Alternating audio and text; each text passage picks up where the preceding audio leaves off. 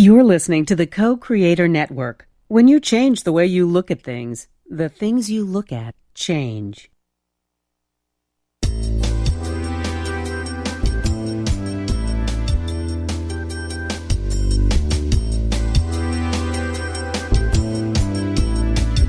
Good afternoon. Welcome to Why Shamanism Now, a practical path to authenticity with your host, Christina Pratt, Director of the Last Mask Center for Shamanic Healing. She's talking about how shamanic skills can bring us to physical, emotional, mental, and spiritual well-being, especially when nothing else can. Now, here's your host, Christina Pratt.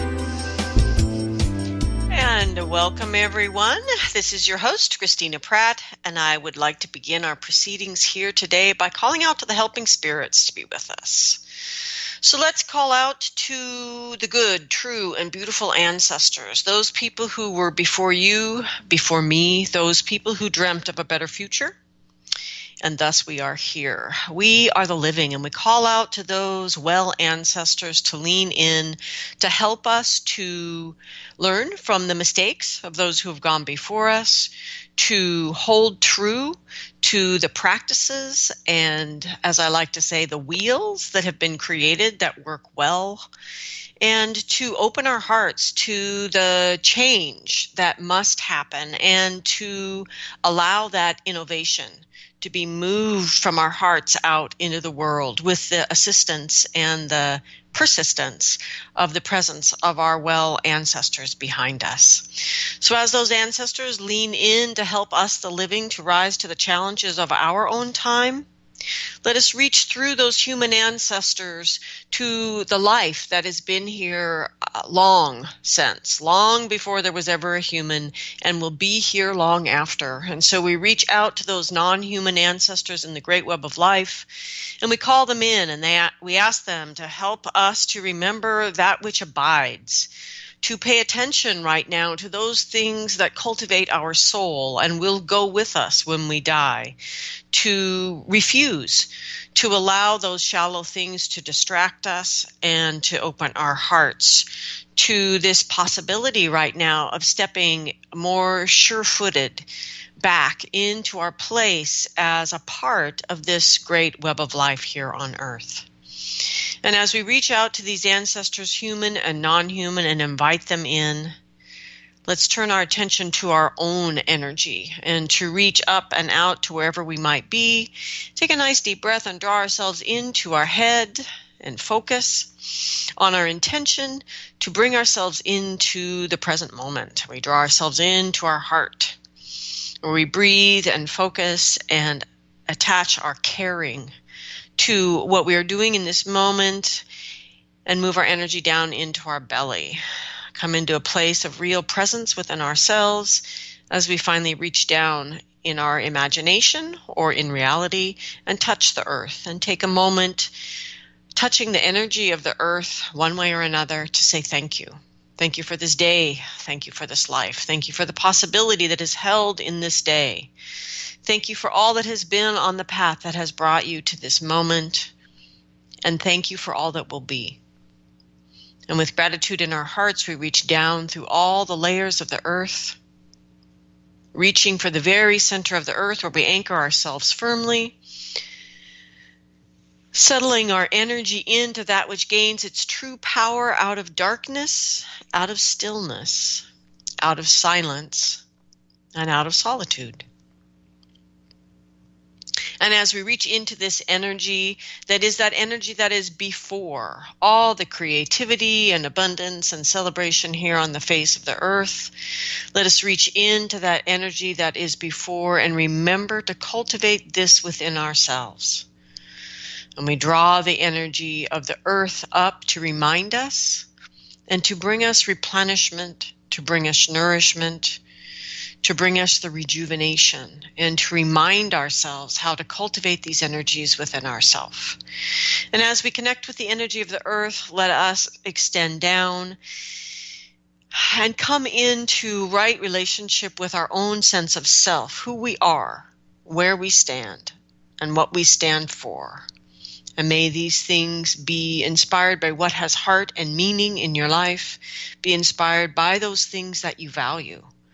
And may you build that sense of place, that sense of home, the hearth that is the very center of your home, on these things that you value. And that you welcome others in, share intimately and openly with them that which moves your heart. And may we all together build that world that our heart knows is possible. And as we draw that energy of the earth up and into our lives, let us come into right relationship with ourselves, right relationship with others, right relationship with the world around us, and right relationship with the invisible world. And in that, let us come circling back around to right relationship with ourself as we recognize ourselves as a small, very small part of that much larger whole. And as we draw the possibility of this awareness up through our belly and our heart and our mind, let us rise up and out the top of our head, out through the sky, for whether it holds for you here today. Out through the atmosphere and out into the cosmos, reaching all the way up and out to the highest power of the universe, and by whatever name you know this energy, however you conceive of it, connect with it, merge with it, know it in you, and know that you are in it, and you draw this energy down, drawing into your day, drawing into your body, drawing into these proceedings, these blessings from above. We draw down the essence energy of blessing and protection. We draw down inspiration and illumination, innovation. We call these energies in to inspire us as we move the energy from above down, connecting it to the center of the earth. So below rises, that which above descends. These energies connect and merge into this great legendary love of these two beings that are at the root of so much shamanic creation stories. And we let those two legendary lovers and that essential big love that is between them awaken the spirit of our own human heart in this day. And as our heart comes alive, let us choose to bring online that crucible of transformation that lives in the human heart, that allows us to hold paradox in a dynamic tension, drawing up our deep and unformed passions for why we are here, and drawing down the crystal clarity in our mind for how we do things here in the world to make new things happen. And we let these two energies be together in our heart, in that dynamic tension that will ultimately, in its discomfort, give birth to that third creative thing, which is your own unique understanding, a sense, an inkling, some sort of awareness, maybe a memory of why you are here. And let you commit there in that heart to find the courage to do something in this day, large or small, to bring the gifts of why you are here into true manifestation out in the world. And for the incredible amount of assistance that we have, that amount which is endless and boundless, for all that assistance we gain from the spirit world, we give great thanks. May what needs to be said here today, what needs to be heard, and may these proceedings go forward in a way that is good for all living things. So here we are, squarely in the time of the pandemic of COVID-19 that is flowing through and around, through humanity and around the globe. And I want to give gratitude, yes, to all of you who support this show, those of you who listen, those of you who use what you listen. But this week I want to give support and gratitude once again to all of the healthcare workers on the front line, those that are practicing Western medicine and very concerned about face masks and ventilators. And I say that with deep concern. But also, I want to give thanks to those practitioners that treat viruses and things in other ways. And I give thanks to all of the healthcare workers, whether they're coming at this challenge for humanity from a Western perspective or a Chinese medicine perspective or an Ayurvedic perspective or whatever that perspective might be, naturopathic perspective, that we bring the great collective wisdom of humanity together And I thank all of you who are practicing that wisdom and helping your brothers and sisters here on earth. And I give gratitude to many of the other unsung heroes who are making sure that we all still have food, whether it's at the beginning of that supply chain or at the end. And grateful for those who are willing to prepare it. Grateful for all of the many ways that other people are making my self-quarantine, other people are making your self-quarantine possible. And I want to send a big prayer of blessing and protection to all of those people that find sheltering at home unsafe, or those who have no home to shelter in. And at this time, just asking the ancestors of humanity, those good, true, and beautiful ancestors, to lean in and help us all. And I give gratitude for that protection. We are live here today. This is my humble offering at this time when we find ourselves in, for many of us, an unprecedented need, but for others, it's not so different from the challenges that they face every day. But we are live, so if you want to call in, you can call in at 512-772-1938, or you can Skype in from the Co-Creator Network site, or you can email me with questions at Christina@lastmaskcenter.org. You can find the archives of the show at whyshamanismnow.com. And you can find the list of our online classes at lastmaskcenter.org. Alrighty then, our topic here today is fear and leadership in a pandemic time. And so as this illness, this virus is unfolding around the world, we are bearing witness to a vast range of leadership, from truly inspired and excellent leadership to awful and morally bankrupt leadership, and the whole range in between. And this is not an abstract lesson, that we should not watch this passively and heckle or praise, but we need to take this in as a teaching as individuals, that we are all invited into leadership every day of our lives in countless ways that have nothing to do with our role or our rank. That today I would like to explore the most powerful force of leadership, and that is the micro expressions of leadership that you and I, that each of us is invited into throughout every day. Every day is filled with opportunities to step up and express your values and your vision for a better world by the way you choose to lead in that moment. We will need to lead ourselves if we are serious about the fact that there was a lot that wasn't working before the pandemic. And that these were very systemic things that were not working. And there's going to be a bunch of new things that are pretty broken after the pandemic. And so if we were serious about moving out of this into a different world, not going back to how things were, then you, my dear listener, are going to need to lead.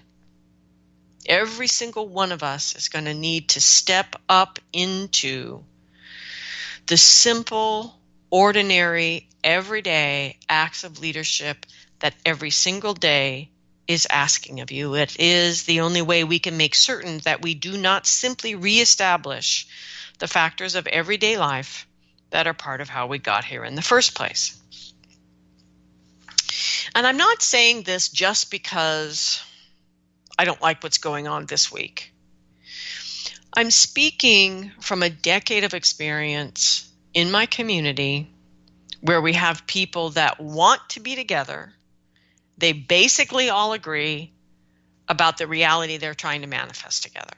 It's the best of all possible worlds. And still, even with the skills inherent in the teachings that they share for leadership, people choose not to lead. And I don't mean in big, I'm role of the leader, or I have the rank to be the leader, or I have the experience of decades to be the leader. I mean in the everyday actions of leadership around our own health and well-being. Leadership of moving yourself towards an expression of your own authenticity in your life. Leadership in terms of taking appropriate personal responsibility for your collective life and the way you affect everything, and everything affects you. We have all gotten, all meaning all of humanity, a big crash course on literally how exponentially powerful our actions are.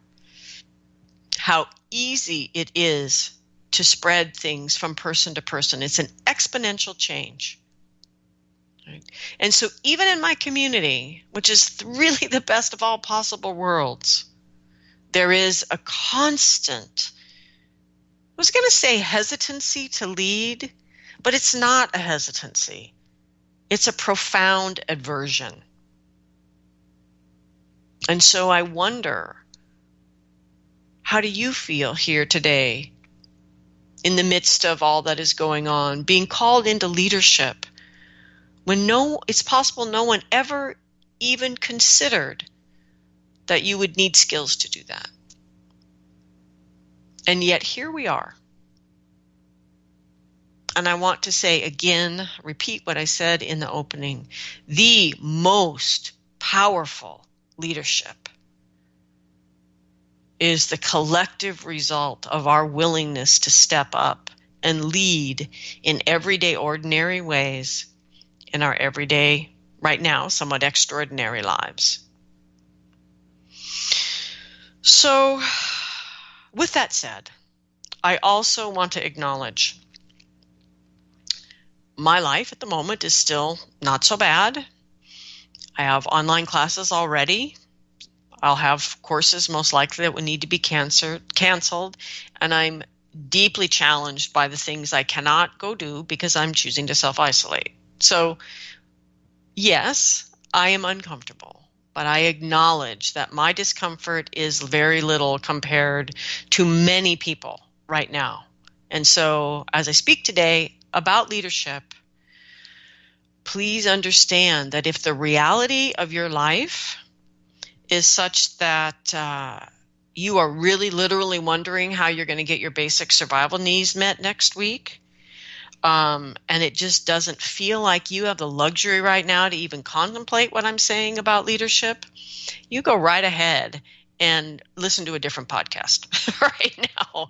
That I understand that what I am asking of all of us today may be more than a whole bunch of people can do, given how things are changing right now.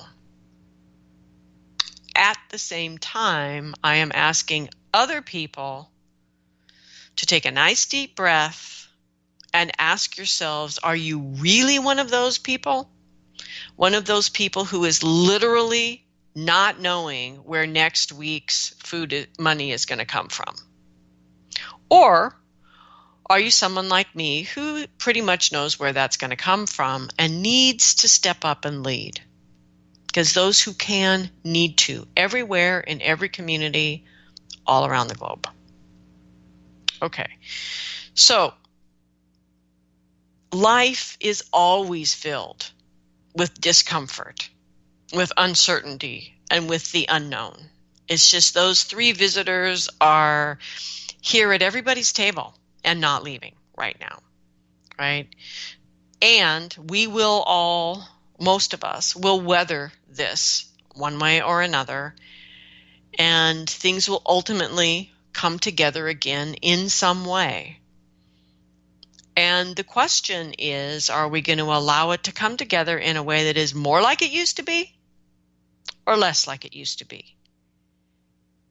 What if we refuse to go back and choose only to go forward? Clearly, from the leadership around us, if we want to go forward, we will need to lead. And I'm not even meaning in this some big bombastic way, but every day, ask yourself, am I waiting for someone else to lead me?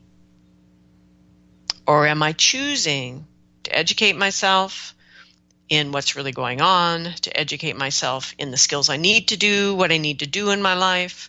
Am I participating in such a way that I am not expecting someone else to lead me, but I am willing to lead myself in my everyday life?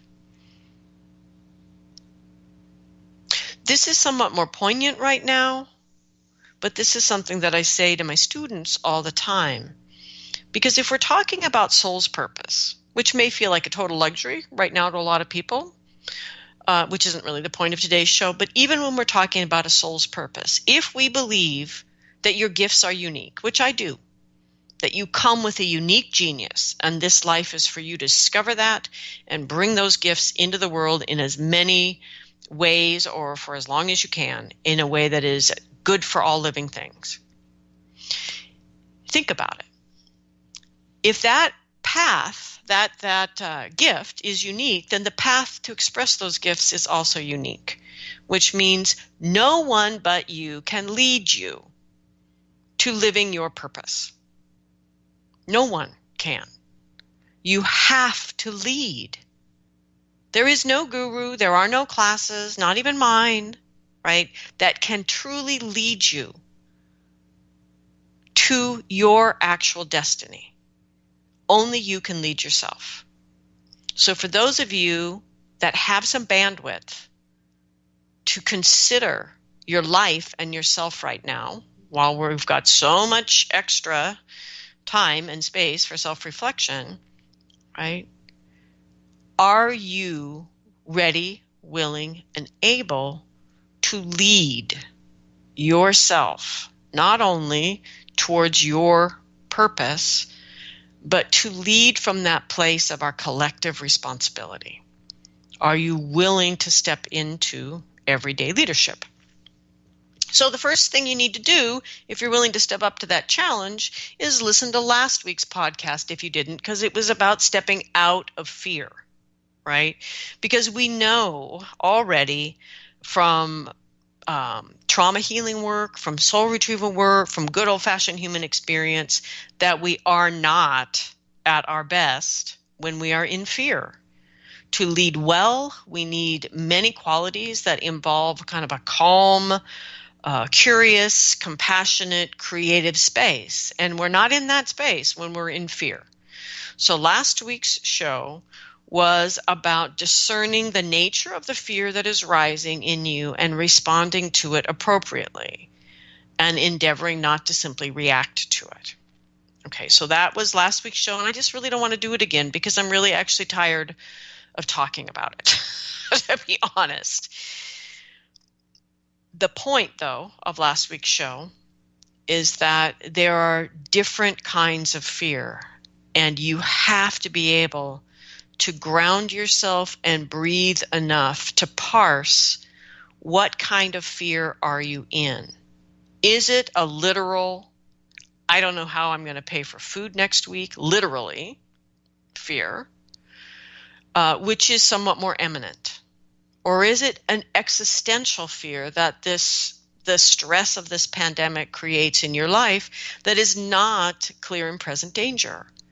And so constantly cycling in fear isn't helping you deal well with your day. And so if you are cycling in fear and you're not in clear and present danger, real clear survival needs, then last week's show was about parsing through where is your fear coming from? Because if you can discern the type of fear that you're in, is it soul loss or is it just a marginalized self? Right? These each basically define the steps you need to take to move out of that pattern of fear. And at this time, it's critical that we are able to do that. And we all need practices. We need grounding practices. We need meditation practices. We need centering practices, qigong practices, or some sort of practices we can do at home to move our energy and get out of stagnation, because the stagnation itself creates more anxiety and stress and depression. And for many, fear. It just becomes this self-perpetuating cycle. So the point of today's show is every single one of the kinds of fears that you're in has a path out, that they are different paths, and you may need help in asking people to teach you skills to move out of fear, but that ultimately it is your choice to lead yourself out of that state. Okay, so as I said last week, again, I'm not going to repeat last week's show, but as I said last week, lots of great resources out there right now if you find yourself cycling and stuck and unable to lead yourself out of fear, right? Tomorrow would be April 1st. Sandra Ingerman is offering a wonderful new offering, precisely working with her helping spirits to create something for this time and this particular issue. She's calling it 3 Shamanic Practices for Spiritual Immunity. There is a link to register for this free online event at the Why Shamanism Now Facebook page. It's pinned to the top of the page. You can just click the link and register. The event will also be recorded. If you know you can't make it, April 1st at 5:30 Pacific time. Okay? Sounds True is doing an excellent job offering resources at this time. They have a package called Resiliency in Times of in Challenging Times. I might have gotten that title a little bit wrong, but my point is I have a link for that on the whyshamanismnow.com Facebook page. Okay, so that you can connect. It is a whole series of free resources to help you cultivate your own resiliency, your ability to ground, move out of fear, and cultivate resiliency in challenging times. Lots of different kinds of resources in that package, all for free, right? The Society of Shamanic Practitioners, for those of you that really want to do something shamanic, are doing beautiful online ritual ceremonial series. So become a member, connect with the Society of Shamanic Practitioners online, SSP, and do something that allows you to cultivate the skills and practices that you need to move into a place where you are able to lead. So again, lots of people doing a really good job right now offering tools to step out of your fear and back into your own native, calm, curious, clever, and compassionate self. Because my question for you today is, what if all of those people offering all those great tools, what if leaders like Sandra Ingerman and a leader in the field like Sounds True, what if none of these people were available to you right now? What if it was really all on you? What if the way forward for us is these everyday actions of leadership that we could each be taking every single day? What if that is actually our only way out? And of course, I wouldn't be taking an hour out of your day and my day to talk about this if I didn't believe that was actually true. Our old understanding of power, and out of that arises our old understanding of leadership, is based on gross movements through human history of abuses and misuses and neglect of power. And they're big systems, and they're driving a lot of things. And the only way they stop is if we stop, you and me. Okay? So, back to Sounds True. I do honestly think they're doing an awesome job right now. But I wanted to share this with you because it's a particular offering that could really support you if what I'm saying today is resonating true for you. Because it doesn't matter whether you're in a big corporate job, whether you're a parent, whether you're both, it doesn't matter your position. Every single one of us needs to step into leadership and stop waiting for people shaped in the old modalities of leadership to lead us forward into something new, because they can't do that. Only we can. Okay, so back to Sounds True. So I stole this flagrantly off a recent book that Sounds True is promoting about everyday leadership. And it says this: every day we are presented with moments in which we can make the choice to be a leader. This has nothing to do with our title or status. It's purely by the fact that we are humans who exist on this earth. We can decide to act in ways that exemplify what we think it means to be a leader. And the best part is that we get to define individually what leader means for each of us. There is no checklist or quota to hit. Leadership is not specific to being the boss at our job or the captain of our sports team. We can all be leaders in our community every single day. And so this struck me at this time.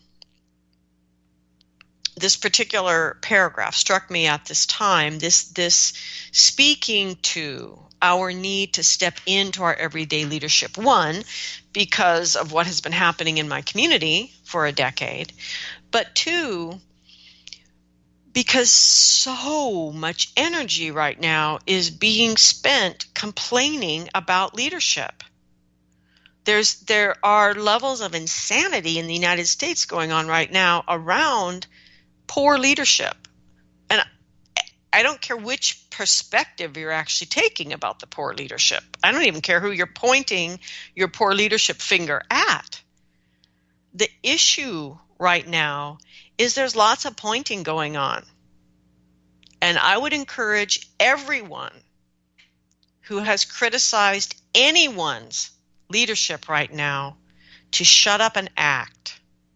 That trigger response in us, that response to bad leadership, is a call in each one of us to step into whatever micro act of leadership is right in front of us right now. And that this is our way out of the larger situation that is the greater context that has created this pandemic.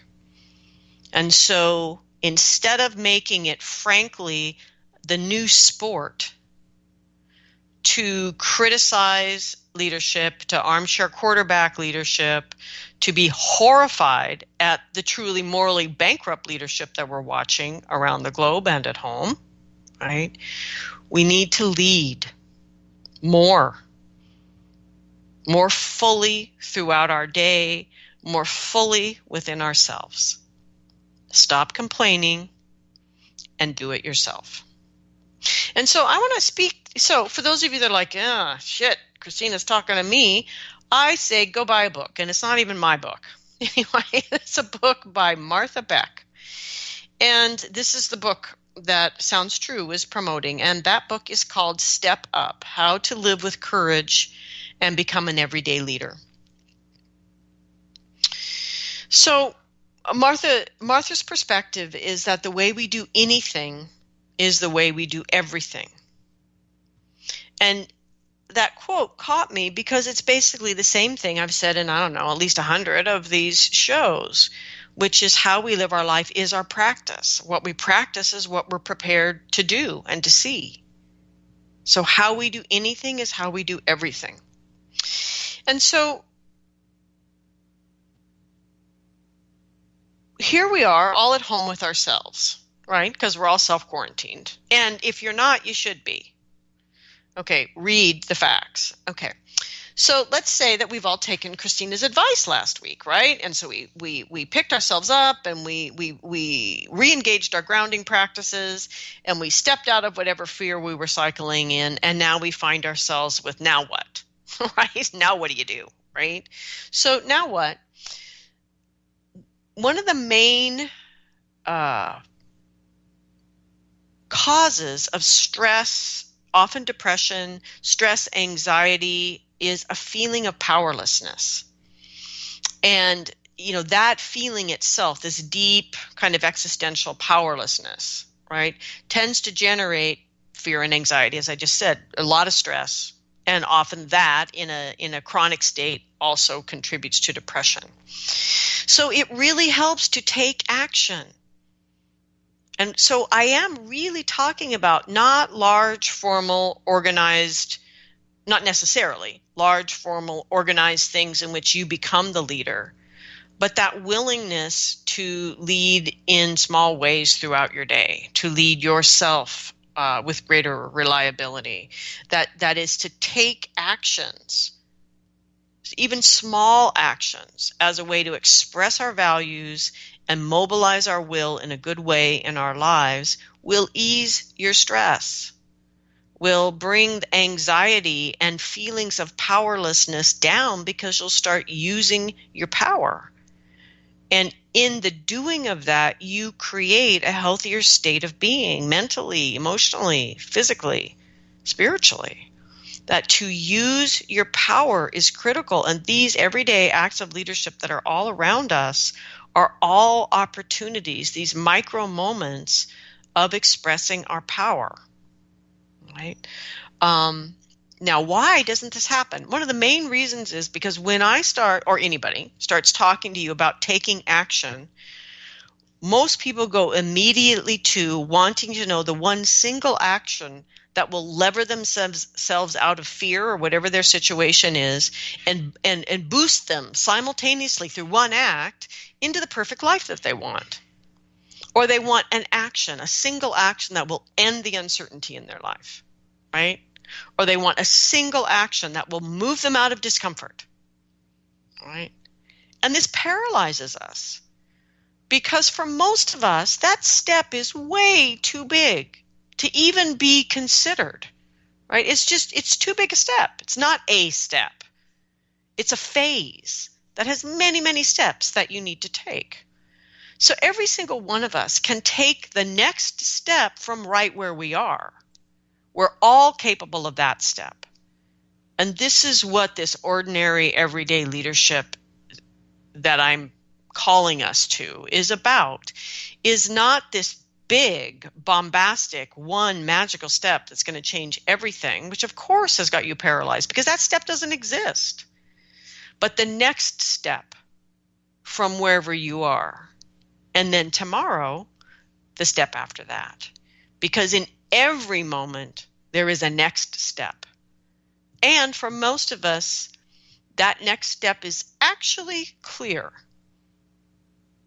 And the reason we don't take that step is often this aversion to leading, to stepping up and leading in this little micro moment in your own life. Okay, so again, Martha's book is called Step Up, How to Live with Courage and Become an Everyday Leader. Her name is Martha Beck, B-E-C-K. I found the book at Sounds True. And her structure that she talks about around leadership has 8 pillars.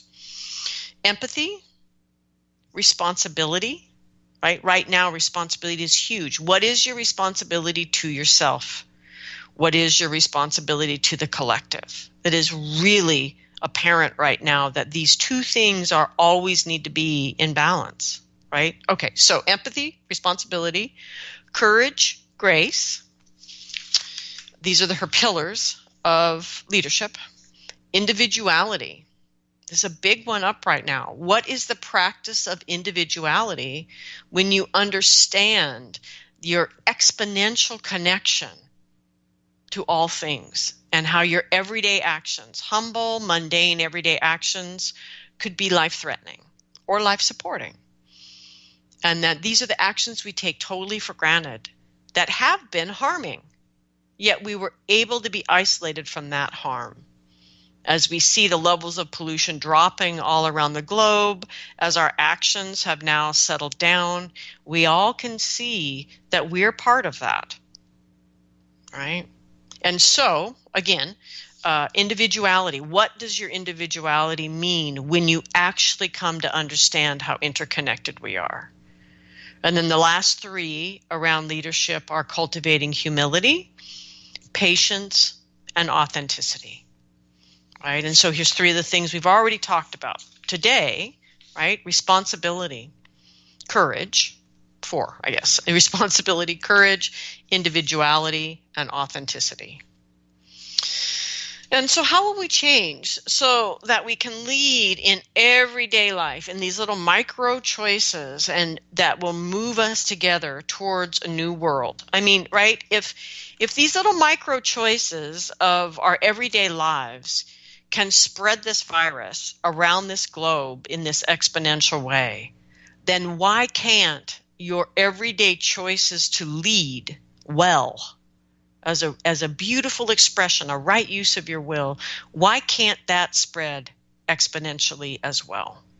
I say that it can, and I think it is the only thing that will begin to undermine the larger, older systems of the use and abuse of power that are putting us in the situation we are all in anyway, because we are part of those systems. And so if we, by taking these micro acts of leadership, becoming more and more comfortable with doing it, taking the next step each day, we can move towards a collective that is not powerless, that its actions are informed by your understanding of how interconnected we are, and we're not paralyzed by that, but we take action informed by that and step up and lead ourselves into a different world. Okay, so I'm going to give a little example. And I feel like I need to beg for this. But anyway, if we're going to lead, we have to educate ourselves. And I know in the United States, most people aren't required to study enough science to have enough basic scientific understanding to actually make a decent decision in our contemporary life. The things that influence us in our lives are extremely complex these days, but not, they're still capable of being understood, right? We just have to put some energy into actual education without agitation, which is essentially what the news is and what a huge portion or use at least of social media is just total agitation without any information, without any true education and learning. And so if you're going to choose to lead well, you need to educate yourself. All right, so if we're going to do that, maybe we should all begin to practice what I am thinking of lately as information hygiene. I've talked about energy body hygiene many, many times in this podcast. We have a beautiful class for that online now. But I am talking about information hygiene. So here are some examples in our current climate around the types of stories that I've seen around pandemics, the pandemic. Okay, so the first group is I encourage you to stop sharing or repeating in any way, even if it's to say something clever to show how smart and clever you are, something sassy, something, can you believe this idiot would say this, whatever that kind of, WTF or whatever it is you're saying about the thing. I encourage you to stop sharing anything that is a story that is blaming someone else for what is going on. Anything that is continuing to judge or shame or blame. Just stop sharing it. Stop doing it, obviously, but just stop sharing it. Just a little information hygiene. Let's see if we can clean up the airwaves, because nothing is so simple as to be one individual person's fault or a group of people. I mean, have we not learned yet that things are not the fault of groups of people? As if you don't know what I'm talking about, read some history of humanity on this planet. Okay, so the next one is a little trickier. So let's stop sharing or looking for a view around this virus that is purely spiritual, that gives us purely spiritual or energetic solution to the problem. Because if shamanism teaches us anything about life, living well, it is about balance and about balancing your relationship between life here in the physical world and a very real, embodied engagement with the invisible world. And so a truly shamanic solution to our current problem would not be only energetic and spiritual. And so please stop sharing nonsense. Stop sharing stories that have no grounded basis in our physical reality. Right? I would also encourage you to stop sharing any stories that are only about physical reality, because we do have the potential to create profound change. But we have to act. We can't just take one special journey, do one online ritual, do a single energetic thing and call it good.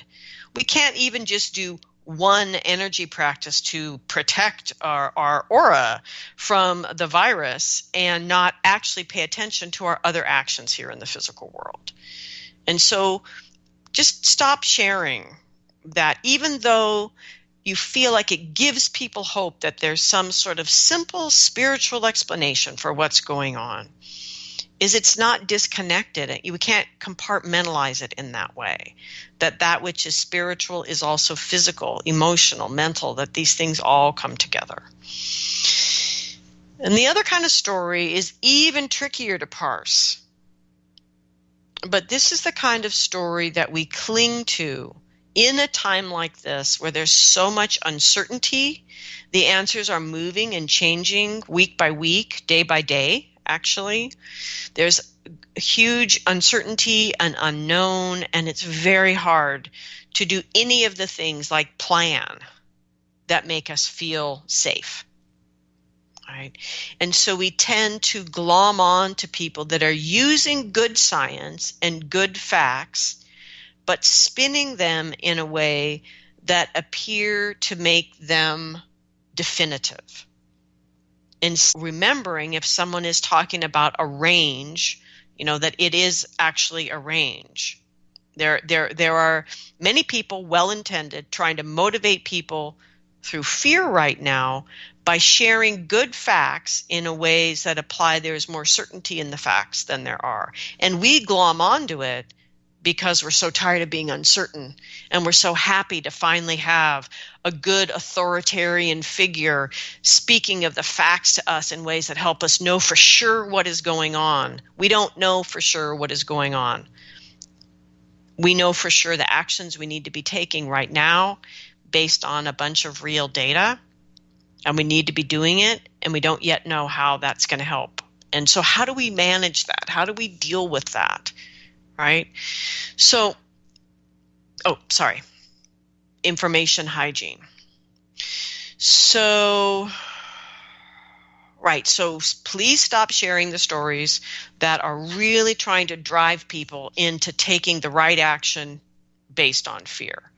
Because having a whole bunch of people in fear means that they need to be led by an individual. And this is exactly the structure that we need to move out of. We need an informed, capable population that can largely step up and lead itself, being guided by people that have information we don't have at this moment, right? But the way in which we have abdicated our leadership of ourselves and our lives is, in part, the root of the problem. And so I'm inviting us now, step up and to lead. Okay, so how do we balance that? So if we're going to stop sharing these stories that are either ratcheting up our fear or offering, unicorn dust solutions, or are, crazy blaming groups of people for the troubles that we are all in. The troubles that we are in are the result of our collective choices over a long period of time, right? And so we just need to start making new choices. And so one of the ways that I do that, and it works reasonably well for me, is here in the physical world, I try to educate myself with science that I try to track down and make sure it's good science in the first place. And I think about things in terms of the high dream and the low dream. All right, so what is the worst case scenario? That is actually possible. I mean, there's always a much worse case scenario that we can completely make ourselves crazy with. But realistically possible, how bad could it be? And to keep that in mind as a possible scenario that is motivating, right? And also keep in mind how good it could be if everybody did the right thing. Now, we know everybody isn't going to do the right thing, right? So it's not going to be either of those. It's not going to be the best case scenario or the worst case scenario. It's going to be somewhere in the middle, right? Okay. And so that's the place, anywhere where we have this big range between best case and worst case, we have lots of room for our actions to make a difference and our engagement with spirit to make a difference, our practical engagement with spirit to make a difference. And so that's how I think about the context in which I'm going to make then these little choices around leadership, is know how bad it could be. Be real about that. Let that settle in. Let that scare you for a second so you realize this is real and actions need to happen. And then let it go, because it doesn't have to happen unless we decide to attach to it in our fear. We will drag it into manifestation. Know what it could be if people all did the right thing, which people won't, but know what it could be. Bring back your hope and to re-engage you with your power to affect the outcome.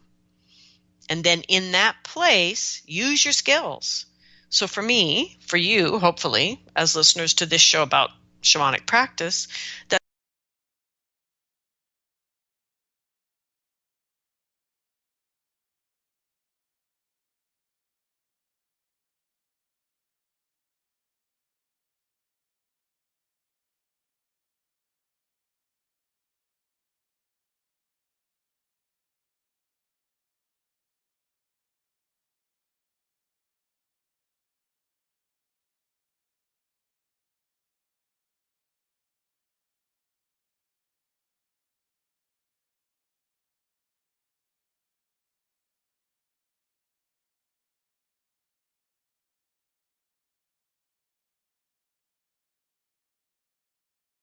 in other words, in that range, in the space between the best possible outcome and the worst possible outcome is uncertainty, is the unknown. But that is also possibility. And it's where your actions have the most ability to create change. And so this is where we want to be working with our helping spirits to guide us in those actions. Okay? So, choose not to ramp up your emotional stress, right? So for many of you, you need to get off the internet. Some of you need to really curtail your time. Back to the information hygiene, you're washing your hands for 20 seconds, right? Time yourself on the internet. Do not dive in and go down a rat hole that stresses you out emotionally or allows you to indulge the existential fear in this current situation, right? Neither of those states are going to allow you to lead well. You need to lead yourself into your own sovereignty. And this is actually the point I really wanted to get here today, is that good ongoing leadership comes out of a person who is rooted in their own sovereignty, that they don't need anything. They don't personally need to get things out of their leadership because they're standing in their own sovereignty. They feel solid and calm in their own power. They have the courage to use it, right? Okay, for many of you, that feels far away. And so the point, well, for those of you that doesn't feel far away, go for it, right? For those of you that does, the point about leadership that I'm making today, the secondary point I'm making today, or trying to, is that you need to lead yourself to that place of sovereignty where you can get your leader on, right? So many of us were or are cycling in fear. To ground yourself, to calm yourself, to discern the fear you're in and take appropriate steps to get out of that, right? And be in your day in our current situation, filled with discomfort, filled with uncertainty, filled with the unknown, filled with possible dire consequences. and filled with possibility, right? And so then the next step is, what do you need to do to cultivate your own sovereignty, your own solid ground? Sovereignty is like dominion. I think of it as if my boundaries suddenly became real, like lasers. They would cut a circle in the earth around me of where I stand, literally. And that I am responsible for the right use of everything inside that circle. Every single one of us, by our birth, is responsible for what happens inside that circle. That's sovereignty.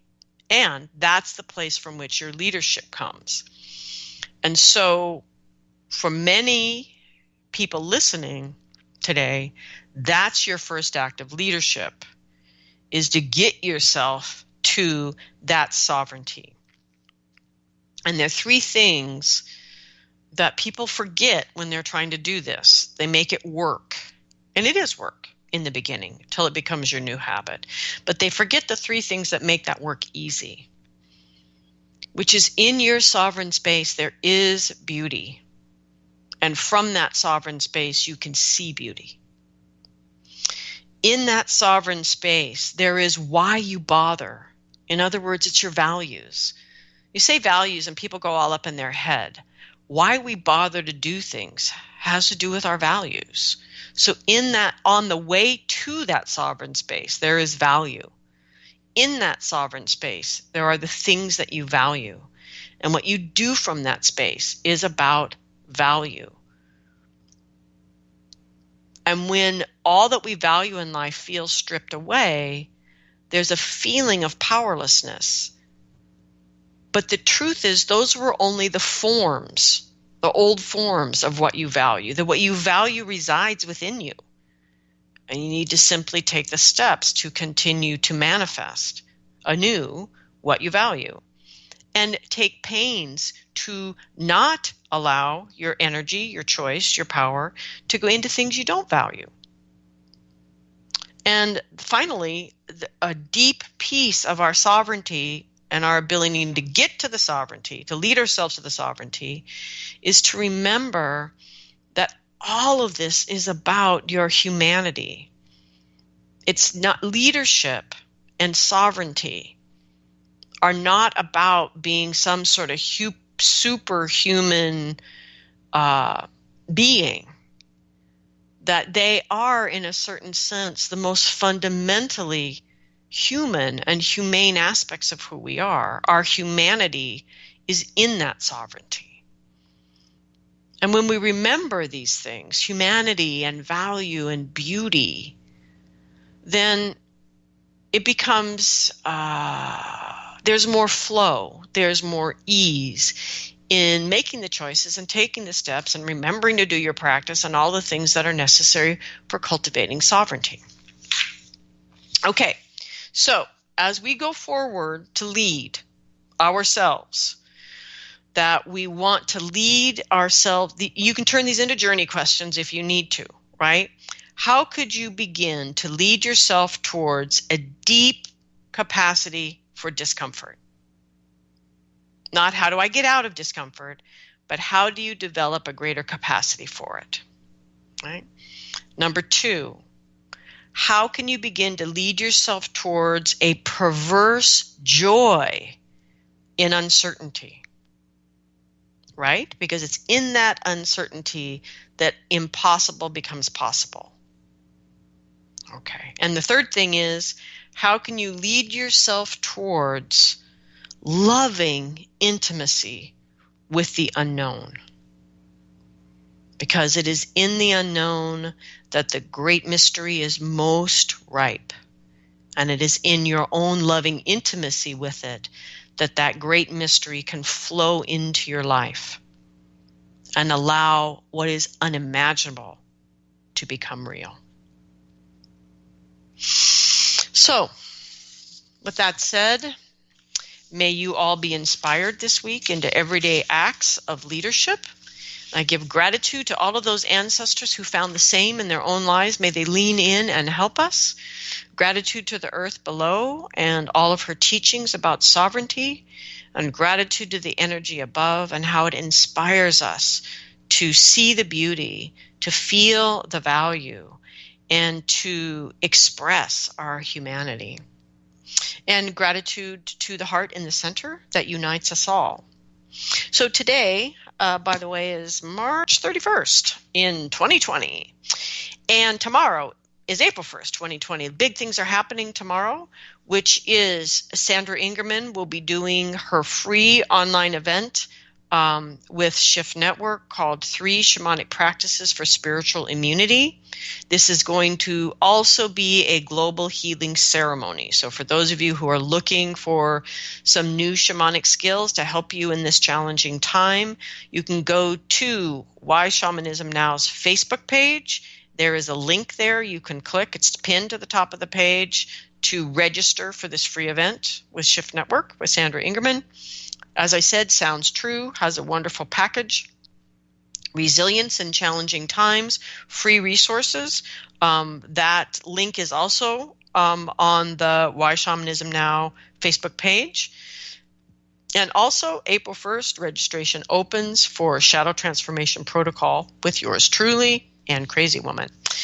And so that's an online course, and registration will open on April 1st. And you can go to lastmasscenter.org on April 1st, and you'll be able to register, or April 2nd if you get there before I get the link up. Okay? So, lots to do. Have a great week, everyone.